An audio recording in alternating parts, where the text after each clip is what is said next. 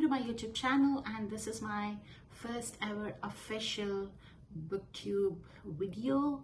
I think I remember posting a book review before, but it was in a haste, and this will be my official booktube newbie video, and I am so happy you all are here. Let's dive right into it. The first question is, what kind of camera do you use? I use an iPhone 15 Pro, which is my everyday use camera, and I am still not equipped with using the back camera because I'm in a constant confusion of if it's recording, did I press something, or was there a call and the recording stopped? So there are this constant nagging questions in my head. So I use the front camera to record, and I will also post the link of the tripod that I use. This is pretty cool. It is called the Yuko's newest 62-inch phone tripod. So this tripod, you can use it for a phone, you can use it for a camera, you can use it for a GoPro. It can also be used as a selfie stick. It can also be used as a tripod with a remote, and I am pretty happy with this tripod. And I think more than the phone I use, I think the tripod is what is much exciting for me. How do you make your thumbnails? So I am a little lazy when it comes to the thumbnails. So there are some times where I just pick one of the thumbnails that YouTube offers me. I am trying to put more effort on doing making the thumbnails, for which I use Canva. I use the free version of it for now because I think that suffices the needs I have. What editing software do you use? I use Final Cut Pro to edit all of my videos. I am still pretty new with the software, and so whenever I think of doing something, I just Google it and see how to do. I recently learned how to blur the areas, hide the stickers or something that are personal, and that is where I am right now with the learning side of things. I can't do amazing edits, but I can do the edits that make me happy. Why did I start BookTube? That is an interesting question. The main reason is I'm just crazy about reading, and there are times where I love the book so much. I want people to know how good the book is, and I want to share that with the world, and I want to share my happiness of how beautiful some books are, how thoughtful they are written, and I just want to share that with the world. And I am an overthinker, so I think even for simple things, I think a lot of the books and how the characters are related and everything they said, and I love to dig into what is actually going through their head and all of that. So yeah, I thought it'll be fun to share that with the world, as much as I'm terrified to sit and do a book review for which I wrote a script. But we are gonna learn. No one's after me. No one's scoring me on this except YouTube. But we are gonna learn. We're gonna get better. Favorite book or author found because of BookTube? Henry is one of the authors I found because of BookTube. Sarah J. Maas is one of the authors I found because of BookTube, mainly with Cindy books. Sorry, with Cindy videos. There are a lot of I haven't been watching a lot of videos with Cindy Pham. I hope I'm not saying the name wrong, but in the recent times, but I used to follow her devotionally, and there were a lot of books, so any reviews of the books that I like, I'll just make a note of it and I would read them. I am not much, I mean, I know I said Emily Henry is one of my one of the authors I found because of booktube. I like some of her books, but I'm not much into romance, but I would read romance to help with my reading slump. The other one is the author of the book Lessons in Chemistry. It's Bonnie Garmus. Bonnie Garmus. I am from India, so most of my pronunciations might be different, so apologies about that. I'll do my best to spell the names right. I love Lessons of Chemistry, and I love the series even more than I love the book. I'm really proud of all the work that went into that, and I just like big hugs to the authors, the people who acted, and the directors, and the entire cast and crew and everything. I'm amazingly proud of that book, and like, I know I'm nowhere related to the author or nowhere related to the book or something, but as a consumer, Lessons in Chemistry is such a good book. And I have seen a lot of movies which are book adaptations. Still, okay, I haven't read Lord of the Rings, so I cannot really comment if what are better. Harry Potter, there are a lot of things that are removed, and that I'm not a big fan of. And Martian was an okay-ish movie, but the thing is, when it's a book and you have to read something, you can just make it as simple as a journal and you would still enjoy it. But when it comes onto a movie, you have to tell it as a story, and you can't just show the movie like you're just writing a journal, and that one scene cannot happen.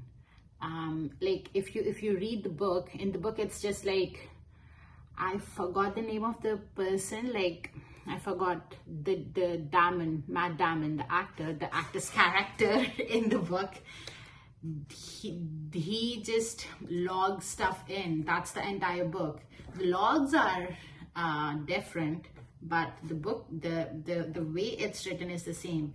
But when it comes to a movie, everything is a scene, right? So this conversion would be different. And also, like, books have more creative freedom. But saying all of that, Lessons in Chemistry is that one web series I loved. I'm rereading the book now because I'm in a tough space in my life, so I'm kind of enjoying the stuff that I already did and that I know for sure that I would enjoy it again. And reading Lessons in Chemistry is part of that. Okay, what kind of books do I read? I read almost everything. I read. Okay, I did not read any comics or any manga so far. I read fictional, non-fictional books, self-help. I was never a big fan of self-help books because I was very arrogant. Every time I say a self-help book, my first thought is like, why should I listen to you? Like, if you know how to live life, I know how to live life as well. I was going through some personal stuff during which I have read a lot of books, like adult children of disassociative parents, or along those lines, like how to survive as an empath. So Adult Children of Immature Patients, that's by Lindsay Gibson. That's a pretty good book. I was just reading that book, and I was in a flight traveling back from India. I was reading the book and I cried so bad listening to the book. It just felt like someone's looking at my life or looking at me into my eyes and talking to me. And that's a completely different feeling. I have never cried in an airplane. Well, I did cry in an airplane, but that was a different thing. Brené Brown. Brené Brown's books are excellent. There was also, she was helping me. She helped me a lot at one point of time. The funny thing about the self-help books is I don't remember what I have read.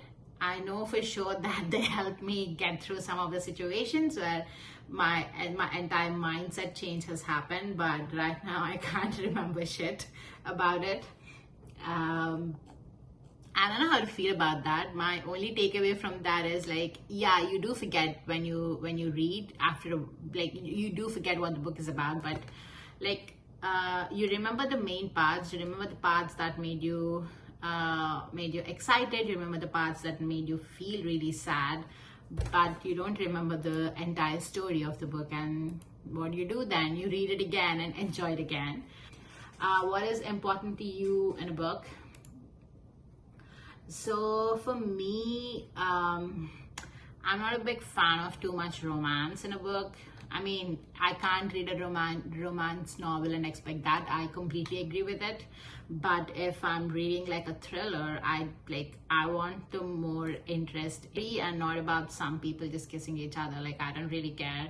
And honestly, unless I'm listening to an audiobook, if I'm reading a physical book, 9 out of 10 times I'll just skip the sex parts or the romantic, oh my god, butterflies in my tummy part. It's just like, I don't really care for it. And tell me the story and get lost. I would believe that everybody should write the stories they believe in, irrespective of what they are.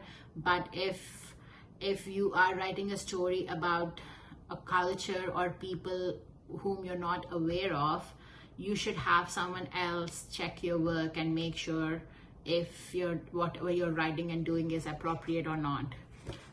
Tell stories, go crazy with the stories, but do not hurt someone else's sentiments in this process, is what I believe in.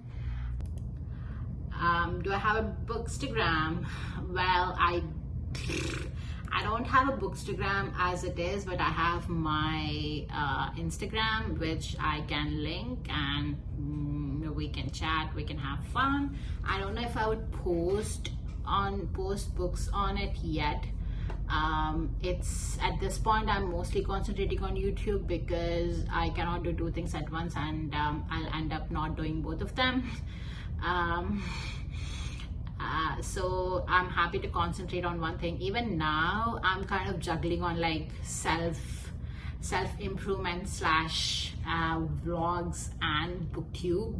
I don't know how I'm going to do it, but we're going to see it. Besides reading, what is another one of your main hobbies? This is when I realize I do not really have a life. I don't really watch stuff. I don't know. Don't make me question my existence, please. I don't know. Making YouTube videos. Fuck you.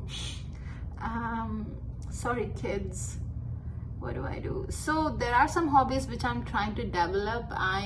So photography is one of my hobbies, which again, I don't really do a great job about it. So blah blah blah. But so I can say like close second will be a photography hobby, but don't ask me for pictures, please. Not ready right now. And I am learning to get into sketching. So when I'm listening to an audiobook, just like looking at a picture and just trying to replicate it is something I find very comforting. And after that, my last one, which I did practice a bit, then I stopped, that is learning to play piano keyboard, or piano or keyboard. I don't know what you're gonna say. Whenever I say I'm learning keyboard, people would think it's a computer keyboard, so I just say piano keyboard so that it's more clearer. But that hasn't been happening for more than 6 months now. I moved in June, but after that I didn't really do anything about it. What's an interesting fact about me? I'm 33 years old. Is that interesting? No. Okay. I have fatty liver. Is that interesting? No. Okay. I overanalyze. I don't know what an interesting fact about me is.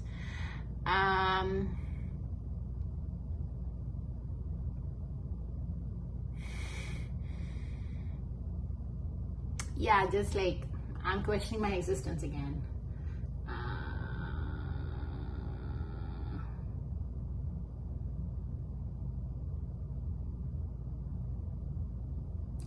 This might not be interesting, but I am someone who believes both parties should share the cost on a first date. I know you don't accept it. I know, like women power, whatever, but I'm a woman too, and that's what I believe. I don't think it's interesting. I also, no, that's where I stop. So yeah, if you do like this video, please watch my other book review of The Book Lovers by Emily Henry, and I will see you in my next video with a lot of book reviews. Oh, sorry, another thing, what kind of videos you can expect? It would mostly be book reviews. You cannot expect any hauls or something from me because I don't buy books. I am a through and through library person, and Toronto Public Library for the win. I mostly just go to the bookstore, take pictures of the books I like or I find interesting, and then I put holes in my holes in the library. And I am learning to read physical books. I am mostly reading on iPad in dark person. I recently got a book light and the annotation markers, the book annotation something, you know what I mean, right? And